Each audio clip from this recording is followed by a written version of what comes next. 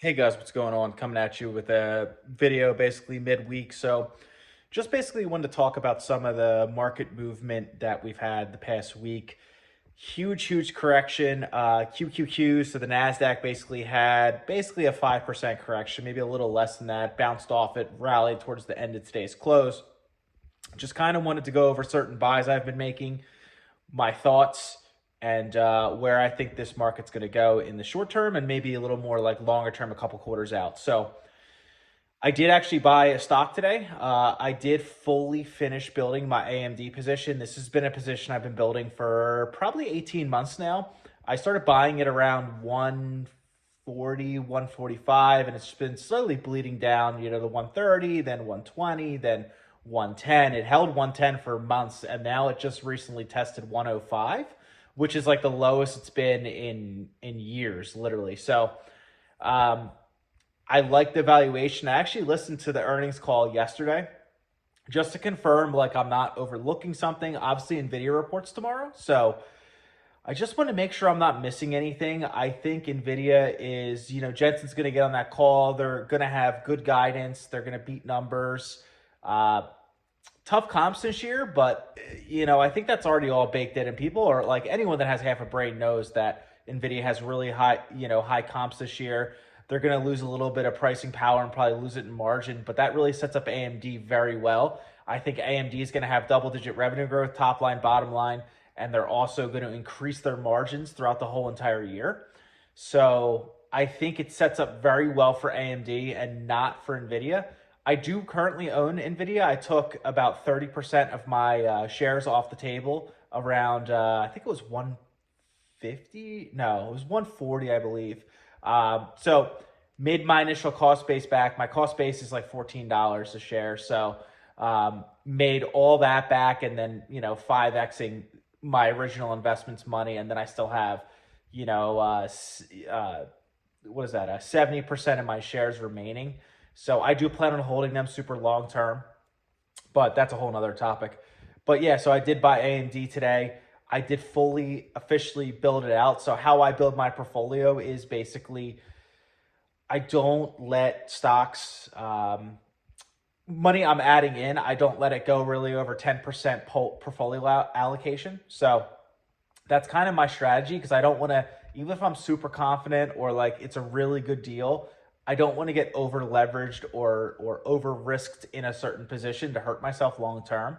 So, if it goes down to 100, maybe I'll buy a little more. If it goes down to 90, which the forward PE at that point would be, I mean, you'd be looking at like 14, 15 forward PE for AMD, which would be absolutely insane, which means it's trading like 30% cheaper than the market. So that just logically think about that. That doesn't make any sense when it's a very disruptive, futuristic, high margin, high growth, brilliant business model, brilliant CEO. Like it just logically doesn't make sense. So I'll take that bet all day if it does that. So basically, I'm fully building my position now because I don't think the likelihood of it going sub 95, sub 100 is like 10% in my eyes. So that's kind of what I'm doing. I think a lot of people are getting margin called right now. So margins at all-time highs for retail. People are out of money. There's a lot of money parked in government money market accounts. So I think a lot of people that were chasing momentum the past couple weeks and running on just hope and basically hope, they're getting margin called right now, and it's pulling down all small mid caps, all the Palantirs, the AMD, the HIMS, the Celsius, the Shopify's, the Teslas, like all those guys, the Affirm, Coin, they're all getting ripped down right now. So it's kind of healthy. You don't want that froth in the market. It kind of shakes out people that aren't serious in investing, and then it kind of makes the valuations make more sense. So short term, it sucks. Long term, it's great. So yeah, this year I was up year to date at peak. I was up, I think 11% in my portfolio. In the past, like, I think 7 trading days, I've lost seriously 10% of that, like 11%. So I lost basically every bit of shares or profit this year, but that's okay. I'm super cashed up right now. I'm like 35% cash. I feel really good with my portfolio. I'm not panicking. I'm low key kind of hoping the market corrects down to like the S&P corrects like a 5 to 10% correction right now, because I would love to deploy kind of aggressively, like 5 to 10% of my 35% cash in between that range, just to kind of like really fully build out my core positions that I see good opportunities in. Obviously AMD is now fully built out, but like I really love Nike right now. I would love to get Amazon under 200 again, like 180, 175. If Tesla goes down, if it drops under 30%, if it goes down to like 225, 200, love to start nibbling at that again. Shopify under like 75, I'd love that. So there are like a lot of plays like I'm kind of hoping to go down, because I'd like to build them a little bigger, because I think once we go in the U-turn, things aren't as bad, tariffs don't happen. The Fed maybe does a surprise cut in the spring or summer because everything's slowing down. Stagflation isn't a thing. Unemployment doesn't go over 5%. I think all that's a high likelihood. None of that happens. It's all just fear.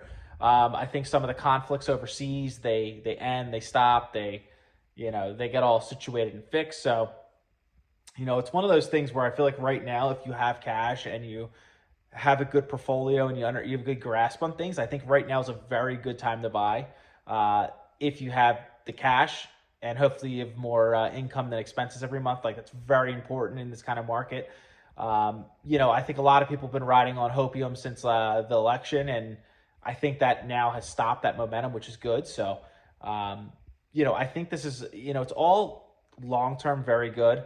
Short-term might be a little bumpy. If you're a seasoned investor, I've been investing since 2019, so 6 years now. So I've been through the COVID crash. I've been through the 2022 crash. So I've actually been through technically 2 corrections. So that's kind of a lot, because after 2008, there was like a decade of basically, I mean, you had a little hiccup in 2018 for like a couple months, like whatever. But I've been through just as many like serious corrections, you could say, as someone that's been in the market since 2010 almost, kind of. So if you look at it that way. So I think a lot of people just think the market goes up and this and that, and valuations don't matter. And just like Warren Buffett says, valuations always play out over time. If something's too rich or something's frothy, you don't buy it. If anything, you take profits and then you put them in ones that have good value right now. So another one, speaking of that, CNBC was boosting up Starbucks today a lot. That's been a position I've held actually since 2019. Anytime it was sub 100 per the valuation, they went through new CEOs, the China demand took a crap, and it's been a mess. That stock's been a complete mess. But like, I do think long term, once they figure it all out and they restructure, it's going to be one of the best staples. Like it's a dominant company. People love Starbucks. People love coffee. So long term, as a long term investor, like I love it, and it's just so funny that people are like plowing into it now. So my cost base, I think, is like $90, $95, and it's pretty big because I've had it for 6 years, and whenever there's opportunity, I buy it. So I basically just have to make more videos to kind of show you my buys and sells and why I'm buying it. But today I did buy AMD. I fully built my position out. My cost base, I believe overall, I think it's like 116, maybe 117, because maybe it's lower than that. Maybe, yeah, it's like 115, 117-ish. Probably around that. So right now it's 105, so it's a great deal. You're getting a better deal than me if you were to start making a position now. And I think by year's end, people are going to be wishing that they bought it at 105, 110. They're going to be like, oh, I can't believe it was that price, and that's all going to happen. So anyways, that's my video for today. I'm going to try to make one tomorrow. If you like this content, make sure you like and subscribe. Let me know your comments on AMD. Let me know your views on the market, where you think it's going in Q1. Am I totally offsides here on my thoughts, or what do you think, basically? So trying to get to 1,000 subs by the end of this year, so it should be about 60 subs. I think that's very doable. So so till tomorrow, later.